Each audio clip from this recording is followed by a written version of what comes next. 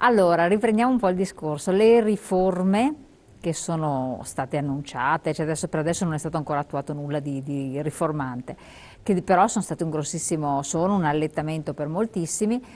Che cosa possono portare e quali anche riforme? Quindi come vederle? Tu hai fatto l'esempio della riforma Fornero e sappiamo cos'è la riforma Fornero, inutile che qui ci dilunghiamo perché tantissima gente ne sta pagando le conseguenze. Le vittime sono Esatto. note. E non crediate che quella riforma salvi le casse dello Stato, assolutamente no, per cui non c'è neanche quel vantaggio. Ma guardiamo le cosiddette spending review, che sarebbero tutte quelle riforme che servono per risparmiare denaro e che hanno provocato nuove tasse. Vi ricordate appena arrivò Monti, no? Le nuove tasse, tutti contenti, paghiamo le nuove tasse perché tanto è tutto risolto. Tanto c'è la luce in fondo al tunnel, questa luce in fondo al tunnel c'è ogni momento e poi dopo non si vede. Vi ricorderete tutti che nel 2014 era l'anno della rinascita, è stato già posticipato l'anno della rinascita l'anno prossimo. E quindi queste riforme della spending review, che sono state tutte riforme che sono andate esattamente in contrario rispetto al federalismo fiscale, quindi cioè la responsabilità di chi prende i soldi dal cittadino per poi gestirli. Tra parentesi, le camere di commercio che vogliono essere fatte fuori sono un sistema federale, perché noi riceviamo i soldi su base provinciale e rispondiamo al cittadino su base provinciale. E a noi non risulta che ci siano tante proteste sul nostro ruolo di Camere di Commercio, perché su tutti i sondaggi che sono stati fatti con imprese e cittadini noi risultiamo essere i più amati da parte di cittadini e di imprese. Tutti i sondaggi vedono tutti gli altri enti sotto di noi. Ebbene, questa situazione quindi di spending review fatta di sacrifici e basta, ha portato ad un aumento del debito pubblico, non ad una riduzione. Ma guardiamo le riforme dell'istruzione. L'unica riforma saggia che si doveva fare era, rispettando l'articolo 116 della Costituzione, titolo quinto, che senza essere applicato si vuole riformare, questa è la presa in giro, tutti i cittadini, ma ci prendete in giro? Abbiamo detto che facciamo la riforma a titolo quinto, e cioè il federalismo, senza neanche averlo fatto volete tornare indietro, è una presa in giro questa, no? Ovvio che dopo aumentano i movimenti indipendentisti, perché è ovvio che la gente dice a questo punto non ci fidiamo più.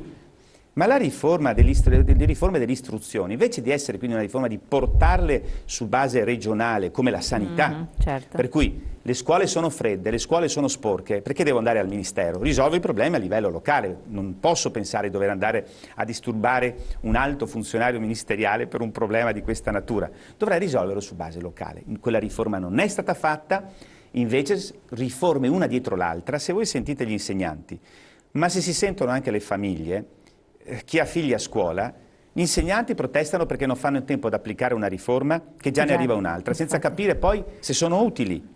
Anche la portata. E poi per chi ha dei figli a scuola, se non ci fossero le famiglie, ormai è difficile pensare che il proprio figlio riesca a superare liscio tutti gli anni di scuola senza problemi. Ci sono le famiglie e sono essenziali. Perché?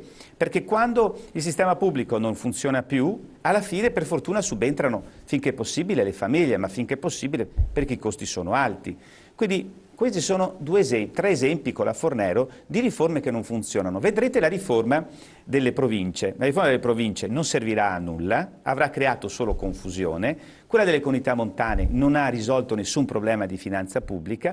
Quella delle camere di commercio, che verranno messe in ginocchio da questa riforma se resteranno in piedi. Che cosa vogliono fare? Spieghiamo un attimo. Ma le camere di commercio, la grande soluzione che si trova è quella di dire tagliamo a metà la tassa che le aziende pagano alla Camera di Commercio. Quindi dalla media di 100 euro che ogni impresa paga all'anno, che è meno del costo dell'abbonamento RAI, per non parlare di Sky, visto che siamo davanti ad una TV, ebbene si dimezza. In questa maniera tu non hai più tutta una serie di servizi, ma anche di finanziamenti che transitavano sul territorio anche tramite il sistema bancario. Quando ce ne renderemo conto sarà troppo tardi, perché tu avrai buttato via anche tutto il know-how, l'esperienza di... In totale in Italia sono 7.000 funzionari che lavorano nel sistema delle camere di commercio, verrà gettato al vento e poi tornare indietro sarà molto difficile e non ci saranno quindi, perché la nostra regione esporta così tanto? Non potrebbe essere anche perché le camere di commercio, l'Union Camere, l'Aerosportello danno una mano alle imprese ad internazionalizzarsi? Se no dovrebbero farlo con privati. Perché riceviamo finanziamenti europei se non magari perché noi incentiviamo la partecipazione ai bandi di gara europei? L'anagrafe delle imprese, il controllo del territorio, se ci sono degli investitori pericolosi, anche a fini terroristici. Tutte queste cose che noi sentiamo e che possiamo, collaborando con le forze anche di polizia, vengono azzerate. Allora, continuiamo questo discorso, un attimo solo, dovremmo avere una telefonata. Pronto? Signora Elena, buongiorno a lei e al suo ospite, sono Italo, la chiamo da Padova. Sì, signor Italo, prego. Intanto, oltre che con lei, volevo complimentarmi anche con l'ospite che quando viene da lei in trasmissione dice sempre delle cose molto molto interessanti. Ho visto prima quei diagrammi che ha mostrato, sono assolutamente veritieri e io penso che lì ci stia molta verità. Volevo sottoporre al suo ospite una specie di dubbio che mi è venuto durante le ultime elezioni che ci sono state. Io ho notato che nel cosiddetto mitico nord-est, che è soltanto mitico per i suicidi in questo momento mi pare, va bene, le esportazioni aumentano, però insomma la situazione è drammatica per quanto riguarda l'occupazione. Nel mitico nord-est a cui si aggiunge anche l'Emilia-Romagna, alle elezioni europee il centro-sinistra ha preso una caterva di voti. La cosa mi è puzzata un po', non riuscivo a capirne. Invece sono arrivato alla conclusione che la classe imprenditrice della zona che ha votato ha dato testimonianza di sé in maniera non troppo coerente e non troppo valida, secondo il mio punto modestissimo di vista. Allora, Renzi ha promesso 80 euro ai lavoratori dipendenti. Questi signori, imprenditori nelle loro diversificazioni, cioè piccola e media industria, artigiani, commercianti, liberi professionisti di un certo livello, ne hanno, come dire, approfittato del fatto che io, che per esempio sono un pensionato, ho pagato io il rinnovo del contratto a questa gente. Allora, quello che mi sembra di poter dire che questa classe imprenditoriale manca di personalità, manca di una struttura, manca della consapevolezza di sapere che deve essere l'humus vitale di una regione estesa quanto il nord-est, oppure l'humus vitale di una nazione. Mi sembra invece che manchi di una struttura concreta, di proposta politica e di proposta anche, come dire, di funzione specifica. Perché insomma io l'ho trovato un po' ridicola questa classe imprenditoriale. Non andiamo da nessuna parte se ci mancano gli imprenditori, signorella. Non andiamo da nessuna parte. No, assolutamente. E mi pare che si siano venduti per un piatto di lenticchie. Hanno fatto bella figura con i propri dipendenti, ma con i miei soldi. Se non abbiamo classe imprenditrice, signorella, non andiamo assolutamente da nessuna parte. Grazie. Quindi una rivoluzione culturale deve esserci in chi detiene proprio il potere imprenditoriale. La ringrazio. Grazie. No, grazie a lei, è stato estremamente una responsabilità. Io intanto mi complimento con l'ascoltatore perché quello che anch'io volevo cercare di far capire è che noi non è che abbiamo di fronte a noi solamente un problema di entrate e di uscite, che possono essere quelle della nostra famiglia, quelle dello Stato, o della macchina pubblica o di un'azienda.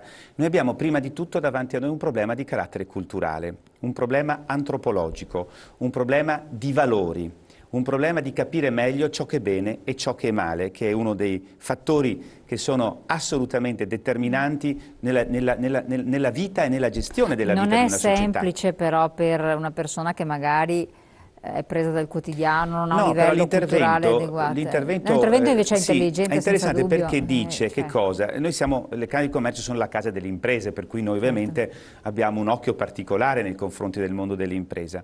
Però effettivamente è vero che è interesse dell'impresa, non appena c'è un nuovo politico, una nuova moda politica, mettiamo adesso quella delle riforme. Certo. Piano piano ci si renderà conto che queste riforme non sono quelle cose che ci aspettavamo e forse più velocemente anche del previsto. Ma la cosa importante non è tanto questa, l'importante è questo, che la nostra classe imprenditoriale, a cominciare dalle Camere di Commercio, abbiano una chiara politica sulla base della quale i politici devono parametrarsi, non il contrario. Siamo noi che abbiamo la responsabilità di dire dove dobbiamo andare, che cosa vogliamo, che cosa si deve fare per migliorare la macchina pubblica. Ecco la ragione per cui noi nel nostro centro studi abbiamo voluto approfondire tutti questi temi e li presentiamo regolarmente ai nostri imprenditori, anche a livello di associazioni di imprenditori. Ma l'obiettivo finale non è quello di andare col più forte, tanto per capirsi.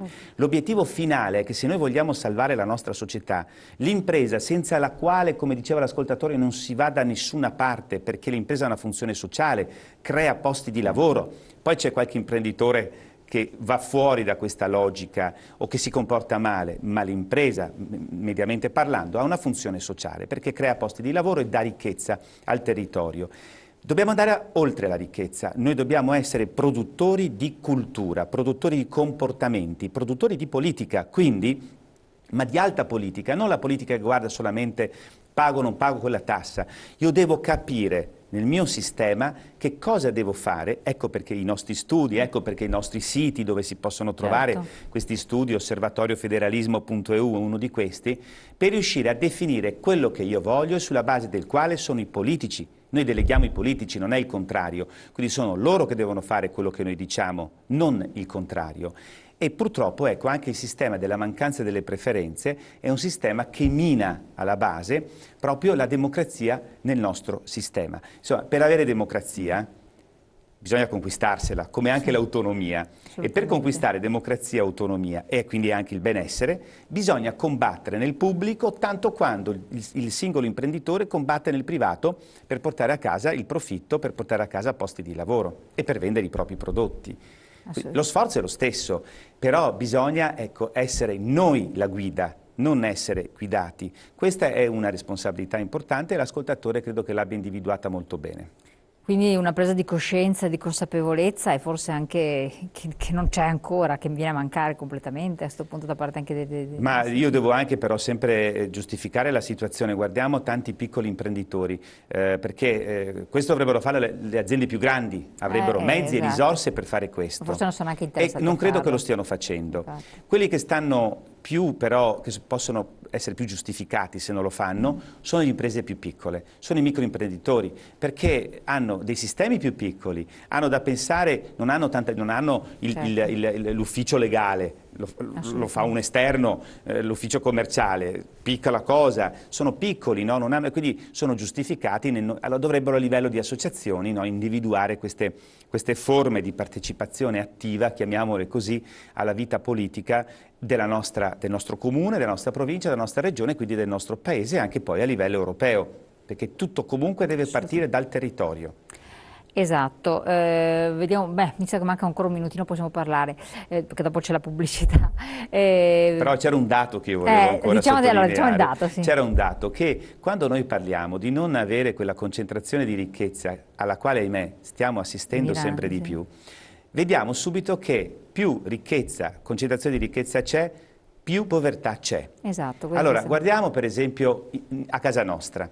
Nelle regioni meridionali noi abbiamo un flusso di denaro che arriva dal nord, importantissimo, eccessivo, che va a concentrarsi in poche mani. E abbiamo una situazione di disagio con sempre più gente povera, la maggior parte, e pochi ricchi.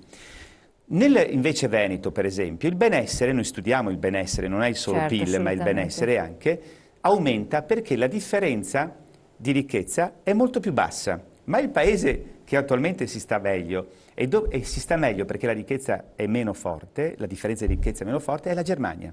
La Germania è il paese al quale dovremmo cercare di imitare, il paese da imitare sarebbe la Germania anche su questi aspetti che poi attengono anche alla sfera del sociale, alla sfera delle cure mediche, dell'assistenza, del sociale. Però diciamo che i tedeschi in sé per sé sono strutturalmente diversi da noi, cioè da loro non esiste la piccola impresa, non esiste la fantasia neanche di crearla, l'intraprendenza. No, da loro esiste la piccola impresa e la microimpresa, però esistono molte più imprese medie e grandi in proporzione che rispetto a noi. Infatti, Ma questa scusa di non assomigliare però non va bene, perché se io guardo la mentalità e la cultura anche che c'è qui in Veneto, non è che sia molto diversa da quella austriaca o da quella tedesca, forse quella romana è molto diversa, ma se fossimo un sistema strutturato in maniera federale, tutto il paese ne avrebbe un beneficio.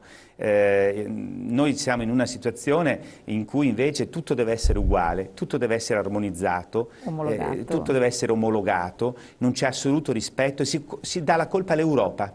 di queste cose. Infatti è bravissimo. La colpa è tutta nostra, non è colpa dell'Europa. Ecco, e da qua partiamo con l'altro attacco che volevo appunto fare. Parliamo appunto anche di Europa e di come possiamo collocarci in questa Europa o non collocarci, perché è un momento anche abbastanza, potrebbe essere un momento significativo oppure no, bisogna vedere come riesce a vederlo anche lei e a farlo capire ai nostri telespettatori. Pubblicità rapidissima e poi torniamo insieme.